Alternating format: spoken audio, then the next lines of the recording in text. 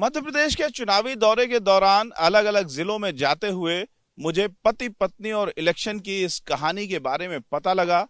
तो मुझे लगा कि पति पत्नी यानी घरेलू अनबन का किस्सा हो सकता है, किसी राजनीतिक हठ का किस्सा हो सकता है।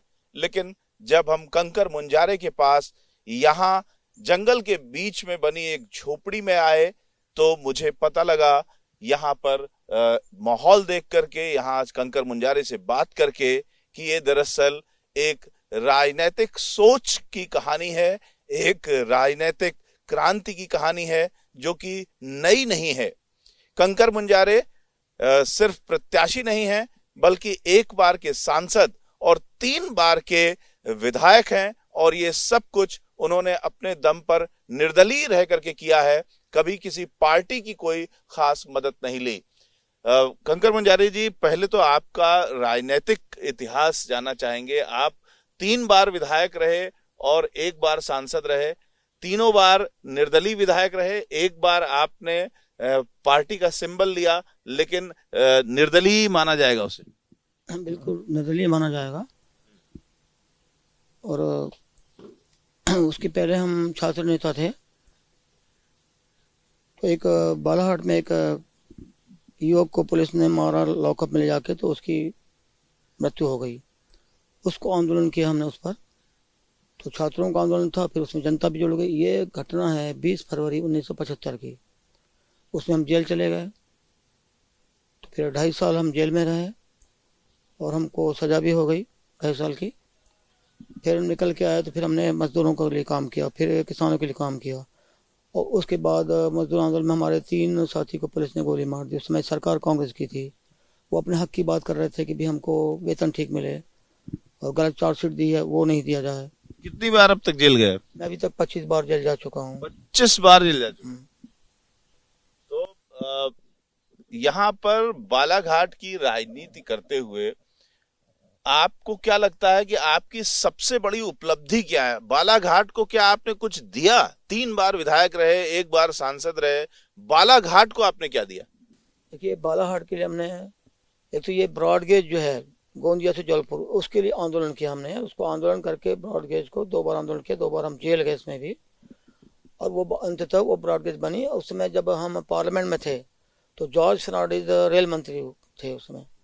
हम उनको नेता मानते थे उनके आंदोलन से। तो उनको हमने बोल दिया था कि इस बजट में अगर आप शामिल नहीं करेंगे रेल को, रेल बजट में, तो हम रेल पटरियों को तो नहीं, मगर जो पुल बने हैं उनको हम डायनामाइट लगा के उड़ा देंगे। हम साफ तौर पे कहा था। इसलिए कहा था कि उसके पहले 14 आपका मतलब सेमी नक्सली थे आप?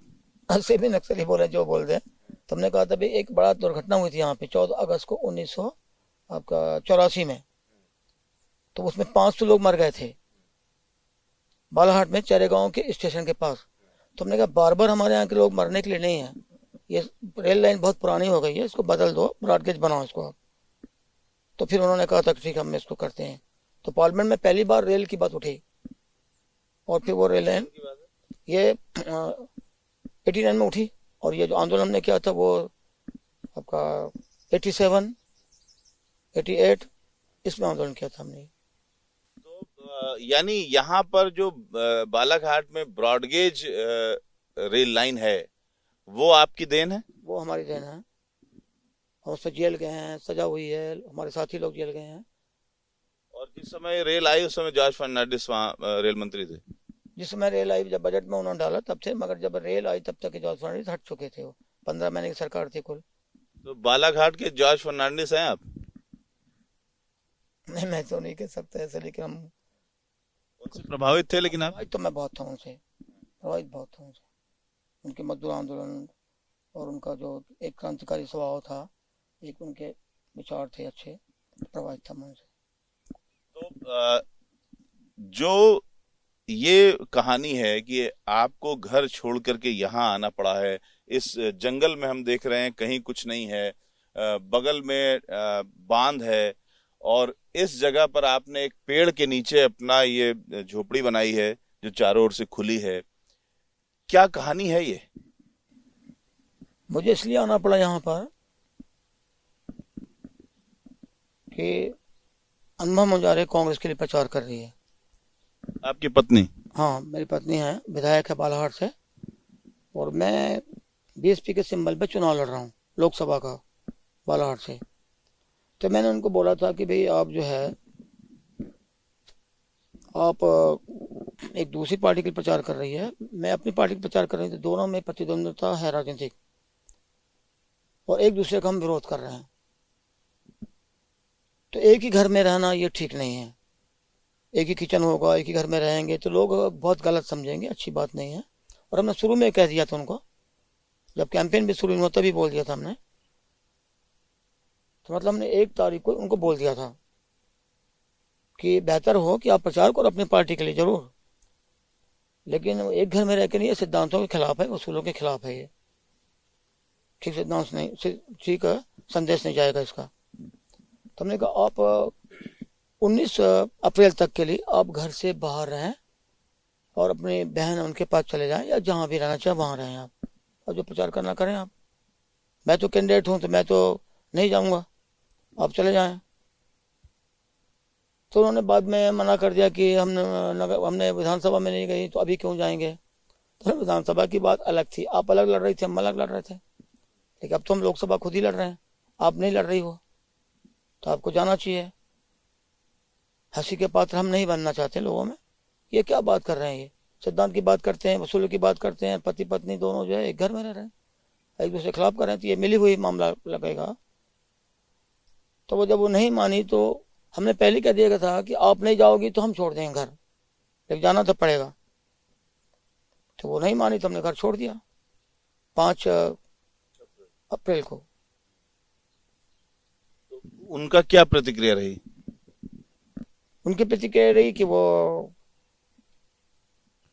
चुपचाप रही। उन्होंने कहा कि हम पार्टी के लिए करेंगे, और बाद में अखबार में बोला उन्होंने कि भाई पति हमारे घर में है, बाहर हम कांग्रेस पार्टी की सिपाही हैं। तो हमने कहा भाई बाहर सिपाही है, तो हमने कब बोला कि सिपाही नहीं है। तो लेकिन वो पति है और सिपाही है, ये बात नहीं है, बात ये है कि विचारधारा की बात है, एक सिद्धांत की बात है। दिल टूटा है? दिल तो टूटा नहीं है, लेकिन एक खटास तो आई है, खटा था ये, और उसको लेकर हमको तकलीफ काफ़ी है कि जिस घर से हमने लोकसभा चुनाव जीता है, विधानसभा 3 बार जीता है, 3 बार नगर पालिका में जिताया है, और राजनीति पर भी हम वहीं से कर रहे हैं। तो उस घर को छोड़ के हमको बाहर आना पड़ा, तो हमको खटास लगा और बहुत मायूसी लगी, बहुत तकलीफ तो हुई, लेकिन जाना तो जरूरी था, फिर भी निकलना जरूरी था हमको वहाँ से, सिद्धांतों के लिए? सिद्धांतों के लिए बहुत जरूरी था। शुरू से ही आप राजनीतिक सिद्धांतों के हिसाब से राजनीति करते आए हैं? बिल्कुल, शुरू से, जब से हमने शुरू किए तब से हमने शहीद भगत सिंह है, राजगुरु है, सुखदेव है, उनको हमने पढ़ा, और डॉक्टर राम मनोहर लोहिया, ये जो क्रांतिकारी नेता थे, बहुत समाजवादी नेता, जिन्होंने बहुत आज़ादी के पहले भी बहुत लड़ा, आज़ादी के बाद भी वो जेल गए। तो अनुभा जी को राजनीति में आप ही लाए? कैसे आई राजनीति में वो? राजनीति में तो हम ही ने लाया उनको, कि उन्होंने, उनसे हमने पूछा कि भी आपको भी करना है तो आप साथ आ सकती हैं। तो उन्होंने कहा ठीक है, हम भी करना चाहते हैं। किस सन की बात है? ये है आपका शादी कब हुई? शादी के बाद, ये 90 की बात है। शादी कब हुई? शादी हमारी हुई है, शादी हमारी 90 में हुई है।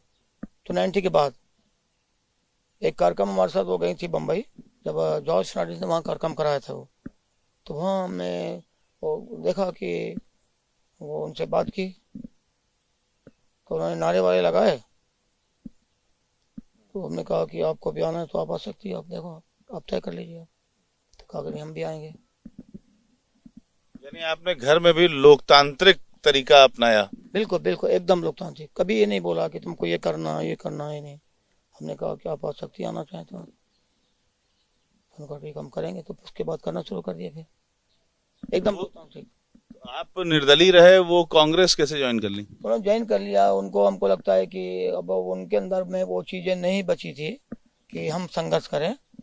वो 5-6 बार वो विधानसभा चुनाव हार चुकी हैं, और 2 बार मेंबर ऑफ पार्लियामेंट का चुनाव भी हार चुके हैं। उनको लाए हमने चुनाव, तो उनको लगा कि हम, कांग्रेस के लोगों ने उनको थोड़ा समझा दिया, कुछ गुमराह कर दिया, कुछ फसला दिया।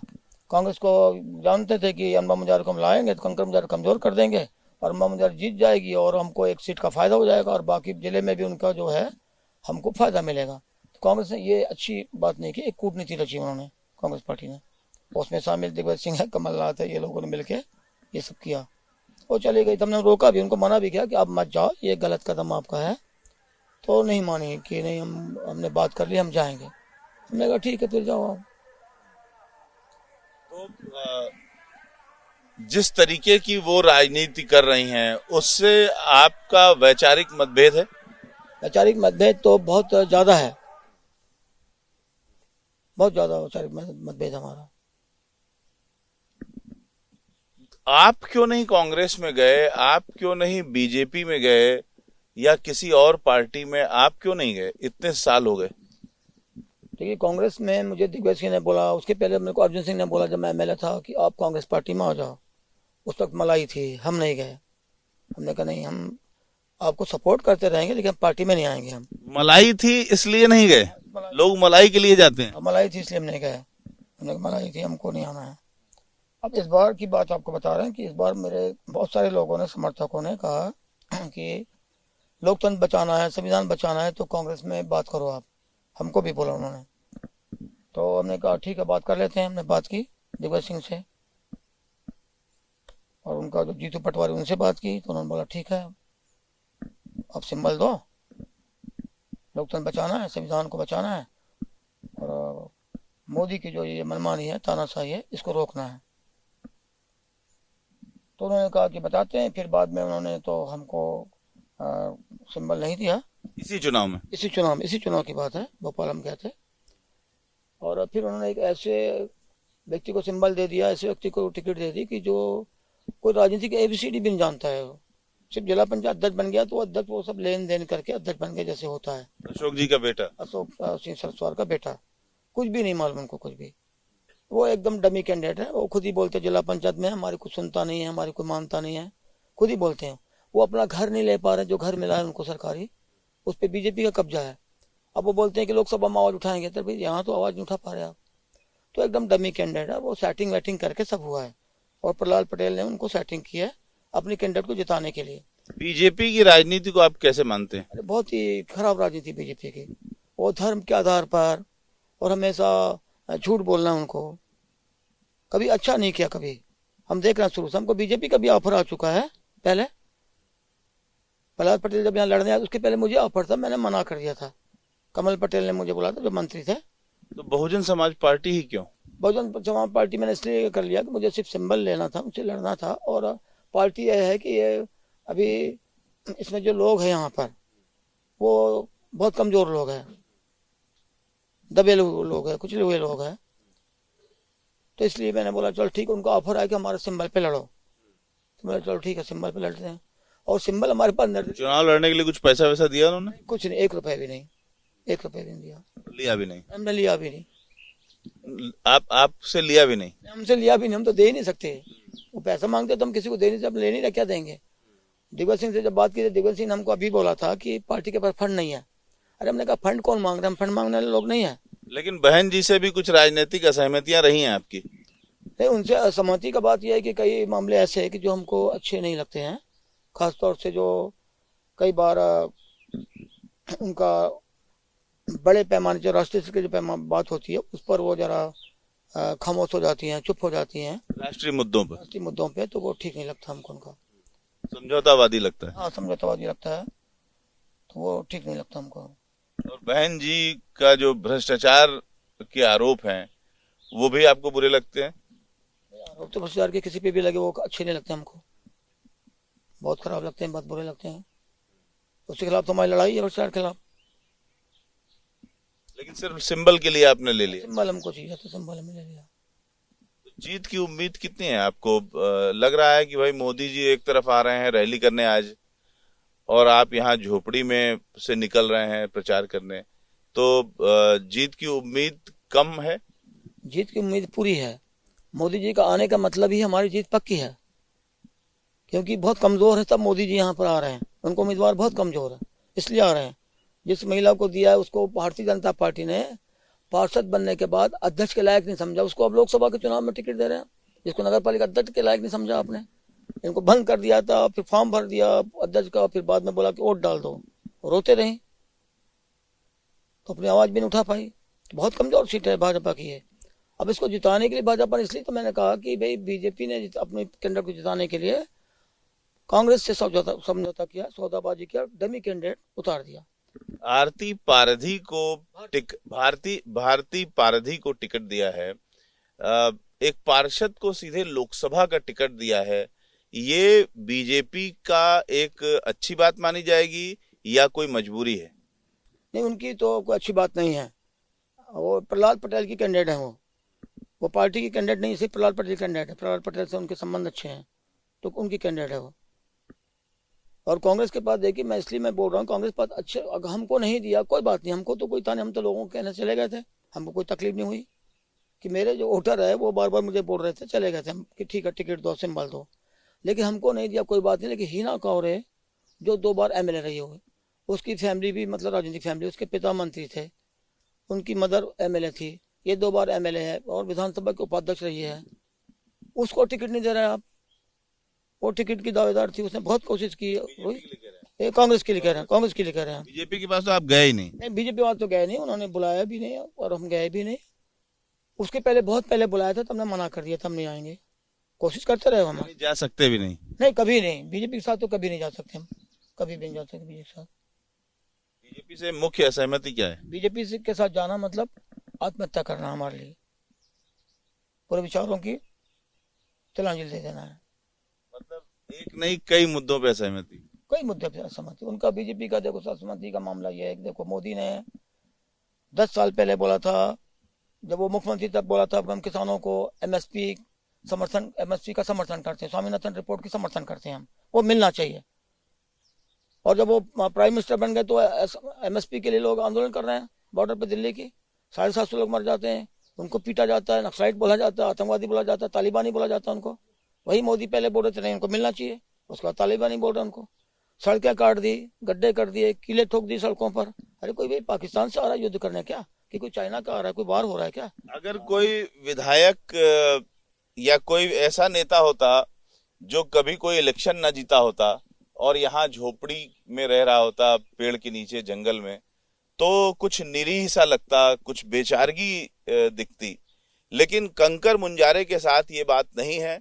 वो 3 बार अपना दम विधायकी में दिखा चुके हैं, 3 बार विधायक रह चुके हैं, 1 बार सांसद का इलेक्शन जीत चुके हैं, वो भी निर्दलीय। तो ऐसा व्यक्ति अगर यहाँ आकर के बैठा है तो कहीं ना कहीं उसकी जो ताकत है वो जनता से आती है और वो ताकत कंकर मुंजारे महसूस करते हैं और यहाँ के आसपास के लोग भी महसूस करते हैं कि अगर पहले वो चुनाव जीत चुके हैं तो आगे नहीं जीतेंगे। ऐसी कोई निराशा नहीं दिखती है आपको? कभी कोई निराशा होती है? नहीं, कभी नहीं, बिल्कुल निराशा का कोई सवाल ही नहीं होता है। हम हमेशा आशा में रहते हैं, लड़ते रहो, संघर्ष करते रहो, जरूर जीत होगी। जनता से क्या रिस्पांस मिल रहा है? जनता से बहुत अच्छा रिस्पांस मिल रहा है, बहुत ही अच्छा। इस बार और ज्यादा अच्छा रिस्पांस मिल रहा है और अभी मोदी आ रहे हैं तो और रिस्पांस मेरा बढ़ जाएगा कि उनको लगेगा कि भाई एक प्राइम मिनिस्टर जो इनको हराने के लिए आ रहा है, एक छोटे मोटे आदमी के प्राइम मिनिस्टर को करना पड़ रहा है। यहाँ के लड़ाई कांग्रेस से नहीं है उनकी, ना मेरी लड़ाई कांग्रेस, मेरी बीजेपी से लड़ाई सीधी, कांग्रेस नहीं है। इलेक्शन बाद आप वापस अपने घर जाएंगे कि मनभेद हो गया है? नहीं, मनभेद नहीं, इसके बाद हमने बोला हुआ है कि हम 19 तारीख तक यहाँ पर है, उसके बाद घर जाएंगे हम। स्नेह मिलन हो जाएगा? हाँ, नहीं मिलेंगे, घर में रहेंगे, कोई दिक्कत नहीं है। लेकिन राजनीति जो है वो तोड़ने का काम बहुत करती है। बहुत करती है राजनीति, तोड़ने का काम तो करती है। देखिए इसमें कांग्रेस ने बहुत घटिया अपना विचार प्रकट किया है और उनको चाहिए था कि वो अनुभव मुंजार को समझाते कि भाई आप घर से बाहर आ जाओ, हमारे कॉलर में रह लो और प्रचार करो, या उनको कहीं और भेज देते प्रचार के लिए, या यहाँ भी रखते तो कम से कम उनको बोल समझा सकते थे। पर राजनीतिक काम जोड़ने का है, तोड़ने का नहीं है। राहुल गांधी घूम रहे हैं भारत जोड़ो भारत जोड़ो, यहाँ पे हमारे परिवार को तोड़ने की कोशिश कर रहे हैं वो। अच्छा, बालाघाट की समस्याओं पर बात कर लें कि अगर आप सांसद बनते हैं तो आप क्या करेंगे? बालाघाट की क्या मुख्य समस्याएं हैं और आप क्या करेंगे? देखो, मुख्य समस्या यहाँ बालाघाट की, एक तो यहाँ पे उद्योग नहीं है, बहुत बड़ा कॉपर प्लांट है, वहाँ के स्थानीय लोगों को वहाँ रोजगार भी नहीं मिलता है, स्मेल्टिंग प्लांट भी नहीं है। मैग्नीज की खदानें यहाँ पर, वहाँ भी मजदूरों का शोषण है। और रेल का जो ये मामला है, अभी यहाँ रेल ब्रॉडगेज तो बन गई, लेकिन गुड्स ट्रेन ज़्यादा चलती है जो बड़े लोगों को फायदा देने के लिए, और दिन भर में जो पैसेंजर ट्रेन, जो सवारी ट्रेन, उनका मुश्किल से एक बार आना होता है, एक बार जाना होता है, जिससे लोग परेशान हैं बहुत। तो इसको हमको दूर करना है। और फ्लाईओवर बालाघाट में नहीं है, एक दो जगह पर वो फ्लाईओवर बनाना, उससे कम से कम 2-2 किलोमीटर लंबी लाइन लग जाती है, तो लोग बीमार, लोग अस्पताल नहीं पहुंच पाते, कई लोगों की मृत्यु हो जाती है। इसको करना। और शैक्षणिक उसके लिए हमको यहाँ पे एक इंजीनियरिंग कॉलेज की बात करनी है, और ये बालाघाट के अंदर नहीं है। लोग पढ़ाई में बहुत पीछे है। अस्पताल भी बहुत छोटा है, जिला अस्पताल है, उसकी लिए बड़ी बात करना है, मेडिकल कॉलेज बने और एक बड़ा अस्पताल की यहाँ पे बात हो, उद्योग धंधे हो यहाँ पर। ठीक है, रात में यहाँ कितने लोग रुकते हैं? रात में मेरे साथ ज्यादा लोग तो नहीं रहते, बहुत करीब 3-4 लोग बस, वो भी अपनी मर्जी से रुकते हैं। वो मैं बोलता हूँ कई बार कि आप जाओ, मैं अकेले रहूंगा। तो प्राकृतिक जीवन का आनंद ले रहे हैं या दुखी हैं? नहीं, हम प्रकृति से तो बहुत हमको स्नेह है। हम जल जंगल जमीन से ज्यादा जुड़े हुए लोग हैं, तो उससे बहुत खुशी है। यहाँ कोई हमको मतलब खाना इसी पे पकता है? वहाँ बर्तन बन जाता है, खाना खिचड़ी उचड़ी बना लेते हैं, अपना गंज बर्तन है तो खिचड़ी बनाते हैं, खाते रहते हैं यहाँ। तो ये है कंकर मुंजारे की कहानी। कैमरामैन रवीश पांडे के साथ रविकांत, एबीपी न्यूज, बालाघाट।